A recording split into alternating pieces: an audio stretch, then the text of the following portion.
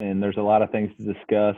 So first, I just want to say how proud I am to be the head football coach at Mizzou, and how proud I am of this football team and this staff to stand alongside some very powerful leaders, Ryan Walters, Brick Haley, DJ Smith, Charlie Harbison, Marcus Johnson, Bush Hamden, uh, Eric Link, Casey Woods, David Gibbs, and countless others on this staff and our players, for us to uh, decide that it wasn't enough just to make a statement, but to also put action behind our words.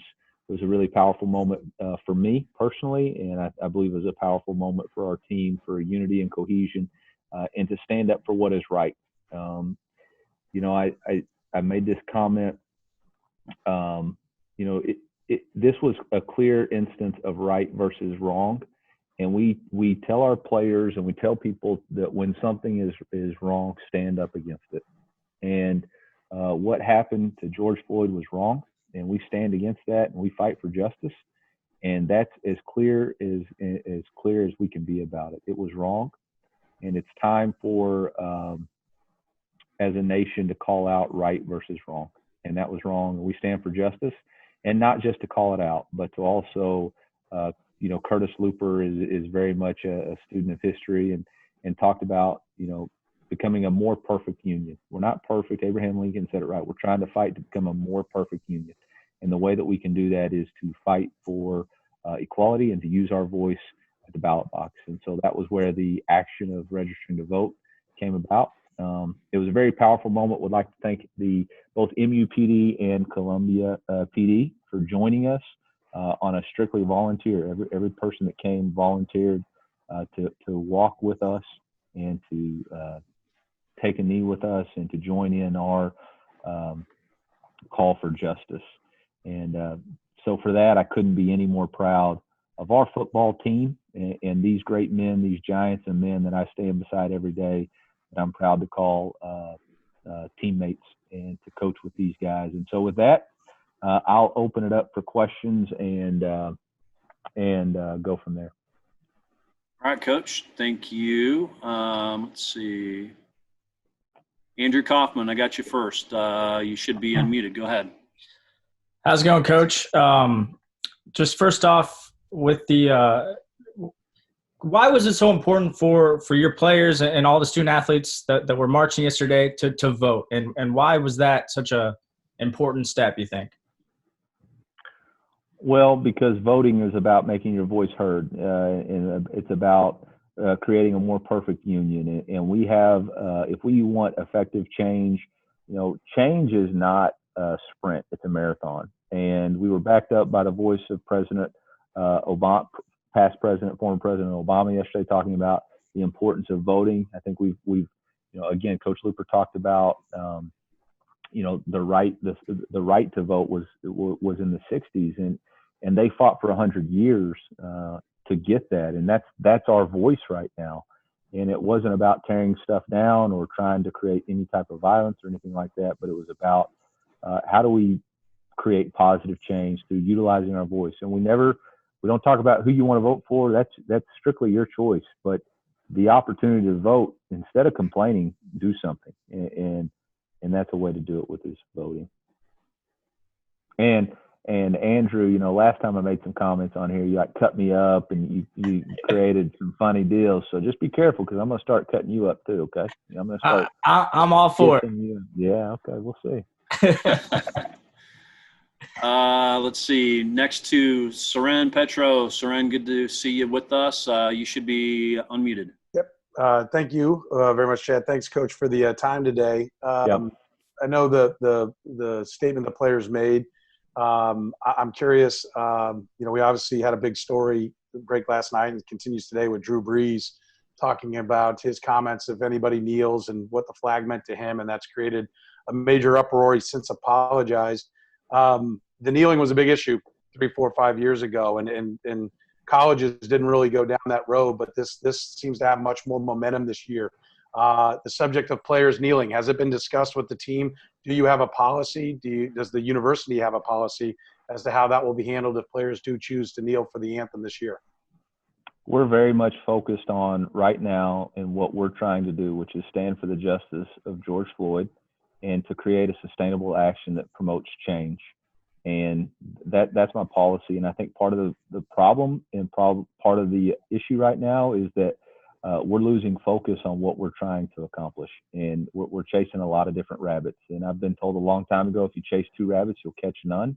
And so I'm not even in that. I'm focused on what we can do right now for the justice of George Floyd, how my players can be heard, and how do we put an end to inequality right here for my players here and in the future. So that's really where I'm at with that whole thing, and haven't had any discussions further. Okay, next to Colin. Colin, I got you unmuted. Hey, Coach. Before I ask my real question, I wanted to ask real quick, do you have a preference in spelling your first name on first reference, E-L-I-A-H, or just E-L-I? Does it matter to you? If I'm in trouble, it's probably E-L-I-A-H. That's usually what my mom says. Eli is really if we're kind of friendly. But I have no preference. I respond to either one of them. My dad calls me Eli all the time because he didn't, because he came up with it. So. Okay, I just wanted to ask. I don't know if you've been filled in on this, but Missouri football players participated in a student protest here on campus in 2015 with the Concerned Student 1950. And I was just curious, has the legacy of that carried over at all with this team? And if you've been caught up, who kind of helped you catch up with what happened in 2015? No, I think that's for us, the whole branding of New Zoo. I was not here in 2015. And I don't believe anybody on our current team was here in 2015. This is about our moment in time right now and what we can do to create a conversation for social justice and equality. And we have not discussed that. And, I think, this is not a political statement. This is an equal rights statement. It's a human rights statement. What happened to George Floyd was wrong, and we call it out for what it was, which is wrong. And so, we're not trying to tie anything to get this. This is about this moment in time and what's going on. Y'all can't see my screen right here, but there's a Web3 right next to me. It's got like all kinds of different video going on, and it is really distracting. But no, Colin, to answer your question, no, I not tied into 2015. This doesn't have anything to, that we're talking about George Floyd and how we can create sustainable action for change moving forward. All right, Mitchell, 40, you're next. Go ahead. Hey, Eli, kind of going back before the march, when did players first kind of start expressing, an interest to you and to the staff in speaking up and trying to do something? And what was just the communication process like between you and your staff and the players? Yeah, I want to be very, after some other things, I want to be very accurate about what my timelines here. So Friday at 11:30, we had our staff individually had discussed it with their players on Thursday because you had started seeing the tensions of last week. And then at Friday at 11:30, we had an impromptu team meeting and Zoom phone call and had a conversation where I addressed them and coaches addressed what was going on. And then we followed up with position coaches. I believe the first time I was approached about doing something was maybe Saturday. One of my players, either Saturday or Sunday, had sent me something about participating in an event, and there was just some different issues and concerns with which how do we go about this, trying to be as safe as we can, and so that was when the conversation really started. And then our players were not asking for permission; they were seeking for support for right versus wrong. And so so as we continued the discussion on yesterday, we had a 1:00 team meeting, and we just said, they had already said that this is something that they wanted to do and attainable action. And so we said, okay, we'll meet you at the columns at 2:00. Let's go. All right, next question, Harold. I think I've got you unmuted if you want to go ahead.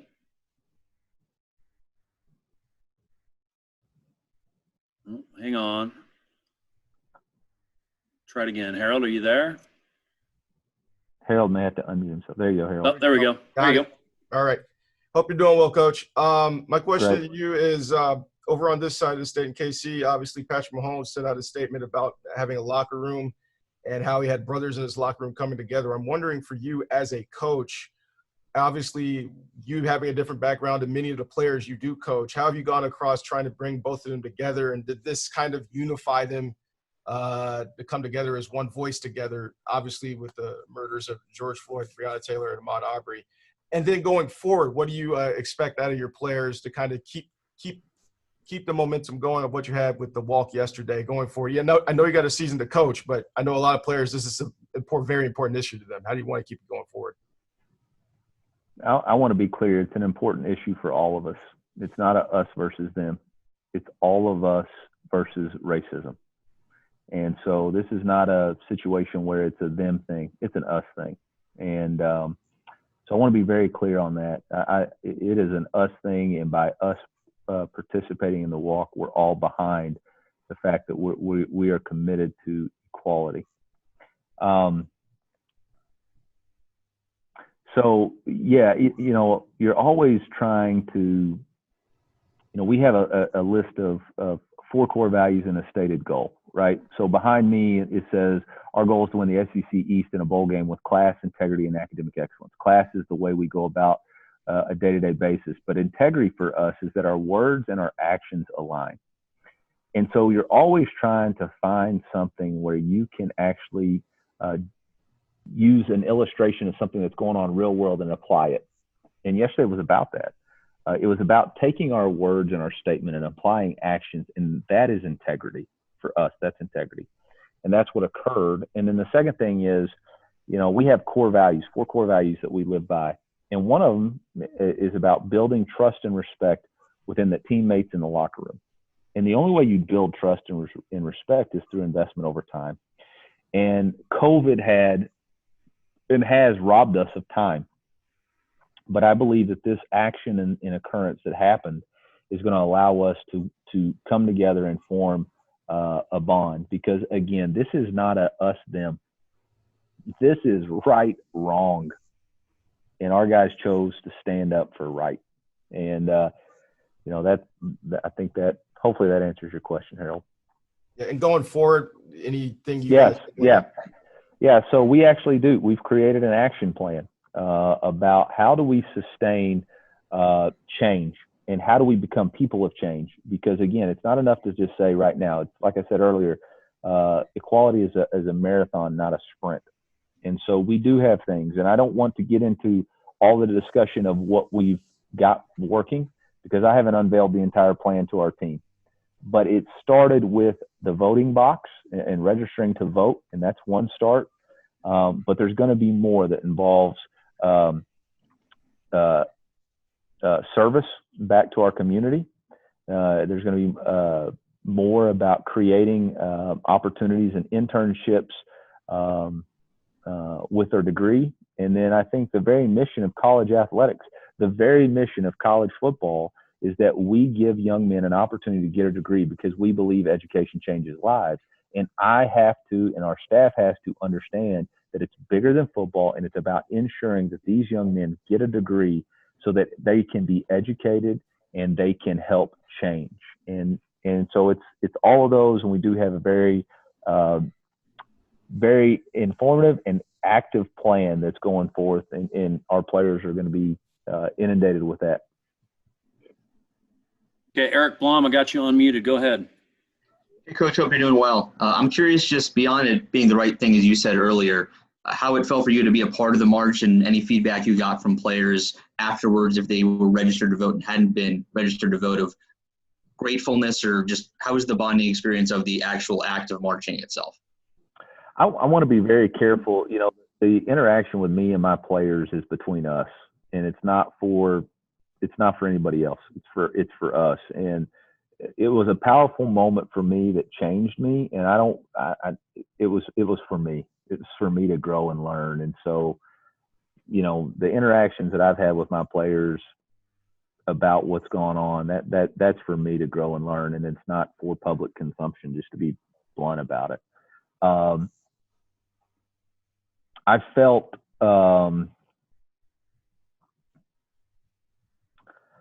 I saw where George's daughter was on, I believe it was Steven Jackson's shoulders, and she said, "Daddy changed the world," and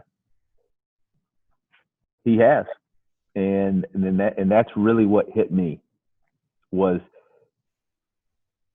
he's changed the world, and this conversation is so much different than it's been in the past, and that's powerful. And it's changed me, and it's changed all of us, I believe.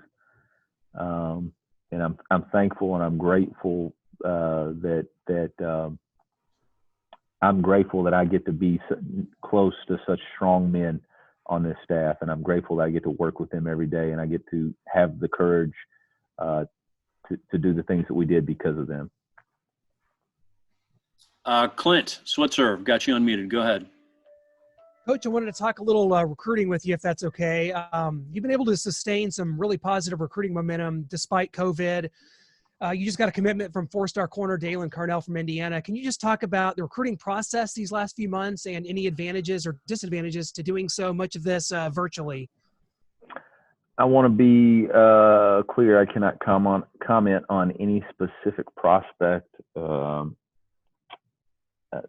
I'm just not able to do that through NCAA rules. The ability that we've had to sustain recruiting is because of our recruiting staff. Jake Bresky, Jared Russell, Kevin Pendleton, Evan Norman, Tori Schoonover have done an outstanding job of finding creative ways for us to utilize Zoom phone calls, whatever it might be, to build trust and respect. Our coaches have been tenacious on the road, but not really on the road, but on Zoom calls and on text messages and phone calls, and just really getting out there who we are. And I think we're just working really hard, and I think people are buying the message of the new Zoo.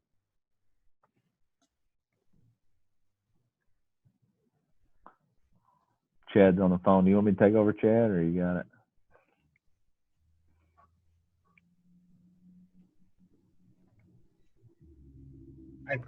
I think Chad's muted, but he unmuted me, so I think I'm Oh yeah, sorry. Yep, Peter, it's all you. Oh, you're good. Hi Eli, how's it going? Good, Peter. I was wondering, what kind of plans do you have in place for, kind of circling back to the COVID stuff, for if there's a positive test within the program, what plans do you have in place to kind of address that? Yeah. So shifting gears to COVID-19, I want to make it clear I'm not a doctor, nor did I stay in a Holiday Inn last night.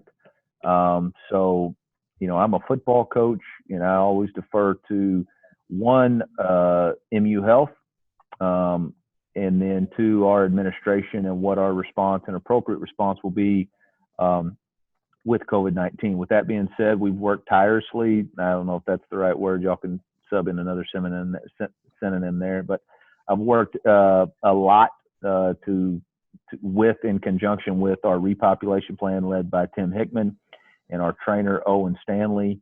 That's worked with, we have immunologists, we have epidemiologists, we have doctors, we have all kinds of people that are looking out for the best interests of our student athletes.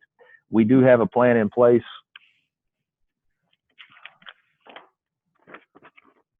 Staff or student to be, if there were to be a positive, we have an action plan for them. We have an action plan if there's somebody that has symptoms. We have followed county and CDC guidelines so that there is no social distancing violation. I don't know if I call them violations, but we're practicing safe social distancing while they're in the weight room, locker room, training room, facility. We are working out in groups of 20, no closer than 6 feet apart. We are taking temperature checks every day. We're taking symptom checks every day. We're actively monitoring those things. And then we have started COVID testing on all of our returning players today and tomorrow. And so we have a great plan in place. I feel great about it. Obviously, this is a unknown, and there's going to be, different things that come up. And we've tried to plan for every contingency, but, whatever happens, we will work through it. And the best thing we've got going for us is we got MU Health 800 yards away, run by Jonathan Kirthright, who does an outstanding job as the CEO, and it's got some of the best doctors in the world. And so feel very safe and strong. And I feel like this is the best place for all of our players if they're here and something should happen. And then a quick follow-up is Whoa. Did we say they could get 2, or is he trying to pull it? Okay, go ahead, Peter. Oh, thank you. If there have you heard from any of your players who I guess are choosing to stay behind and not go to the voluntary workouts, or will they all be there? I believe due to NCAA rules, one, I can't comment on that, and 2, I can't ask. So. Okay. Yeah. Okay, we go to Matt Michaels. Hi, Eli. Appreciate you being here today. Maybe along a different tack of Peter's question, did you hear from your players as all the news started coming out saying, all right, it looks like voluntary workouts will be happening across the SEC and the NCAA, and some of that public news came out? Was there communication and a back and forth there with your players about what that might look like from their side? I'm guessing I'm not sure I understand I don't really understand the question. There's always been open communication about what the rules will allow. I think the biggest thing that we've had to do is, the NCAA and the SEC, in conjunction with all the things that were going on, have not allowed access to the weight room, locker room, or, indoor until June 8th. And so we've had to limit, because we have a lot of guys who live off campus here in Columbia. We've actually had to very, very much limit their interactions to be in compliance with the rules. So I think the more education has been, okay, what exactly can we do? What can we do? What is allowed? And that's really been more of the conversation than so much of, this is what we would like for it to look like. I guess maybe another way to ask it would be, has there been enthusiasm? Has there been an eagerness from those players to get back and get to it in a way that they might normally be doing right now? These guys are uniquely gifted by God to play a game at an unbelievably high level. They're elite in every single facet. And if you take that away from them, if you take that game away from them, they hate it. And these guys love football. They haven't been around their teammates, their brothers, their locker room, their coaches in nearly 12 weeks. There is absolutely an enthusiasm and an energy to get back and to start working towards that goal of September 5th playing UCA. All right, Dave Matter, got you unmuted. Go ahead. Eli, do you have any sense when teams will be able to start really working on football, not just workouts and things with your strength coach, but when your staff and you'll be able to get your hands on these guys to start preparing for the season? Dave, did you get a haircut? Did, yeah. It's going on its own, so I figure I might as well just accelerate the process. I don't know if you're a Seinfeld fan, but you kind of went with the George Costanza, the Costanza, and shaved it. My wife approves. That's all I really care about right now, so all good. I got 7 haircuts left. That's my best guess. I'm sorry. You were asking what? Kind of have a sense when you can get back to football and Yeah. Sorry, I know. We're at the I'm not going to say mercy. I'm going to say we're at the hands of both the SEC, the NCAA, and the Football Oversight Committee. And there's 3 different groups that all got to get on the same page, and we're not there yet. So hopefully, we didn't know we were coming back June 8th until May 22nd. And so I don't know, honestly. But no, we do not know yet. I know that there's discussions at all three different levels, but there's not been a consensus decision, nor has there been really there's not been a balloon raised either to try to figure out which one we would all be in favor Even of. like a target date, like that would be ideal for everyone. I mean, the target date for everybody, ideal. Well, I'm not going to say that. No. I mean, we're involuntary right now. I think everybody's in kind of, and I'm speaking out of turn here, and I maybe shouldn't say this. I don't want to put words in other people's mouth, but I think it's kind of let's see how the reintroduction goes, and then we'll figure out from there where we're at. Thanks. Okay, we got time for one more question for Coach, because I see Nick Bolton has joined us. So, and I know there's a lot of people with questions left for Coach, but Suichi, since you hadn't gotten in yet, go ahead and you can ask the last one of Coach, and then we'll excuse him. So go ahead, Suichi. You should be unmuted. Cool. I appreciate that, Chad. That was nice of you. Hey, Eli, I was just wondering if there are any separate rules for the newcomers coming in terms of, I know some schools have mentioned incoming freshmen, maybe transfers coming in at a later time. And if they're starting at the same time, I was wondering if they were going to be incorporated maybe with some of the upperclassmen just to kind of get them, working out with some of their teammates they haven't met yet. We do have a plan for the freshmen coming in. All true freshmen should be here today and tomorrow, getting acclimated. They will actually begin workouts in the group again.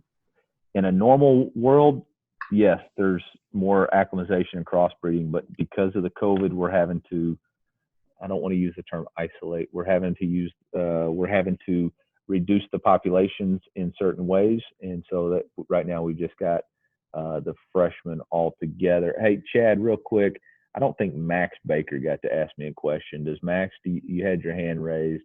Did you want to ask me something? It better be a good one too. I was a little confused about like the specifics of the like the action plan if somebody tests positive, like what you kind of held up this like the packet, but like what is that, is there a way you could go into detail as to what exactly is the plan for when a player or if a player tests positive? Max, let me ask you a question. Do you think when you ask me what we're going to do on third downs, I'm going to tell you exactly what the plays are? No. You're not? Okay. No. Here's what I would tell you, Max, to be very specific about it. We're going to follow the exact guidelines set aside by the CDC. We're going to do contact tracing. We're going to do isolation. We're going to quarantine.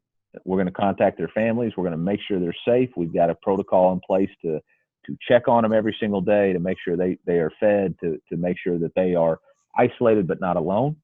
And then we're going to make sure that we do contact tracing throughout wherever it might be, whatever the CDC says. But we feel strongly that the ways that we are repopulating the building and working out, the contact tracing will be minimal in our building, meaning that because of the way we're going about our workouts, going about our time in the locker room, going about our time in the training room, going about our time when they can pick up meals, that there should be a reduced risk of exposure to our football team.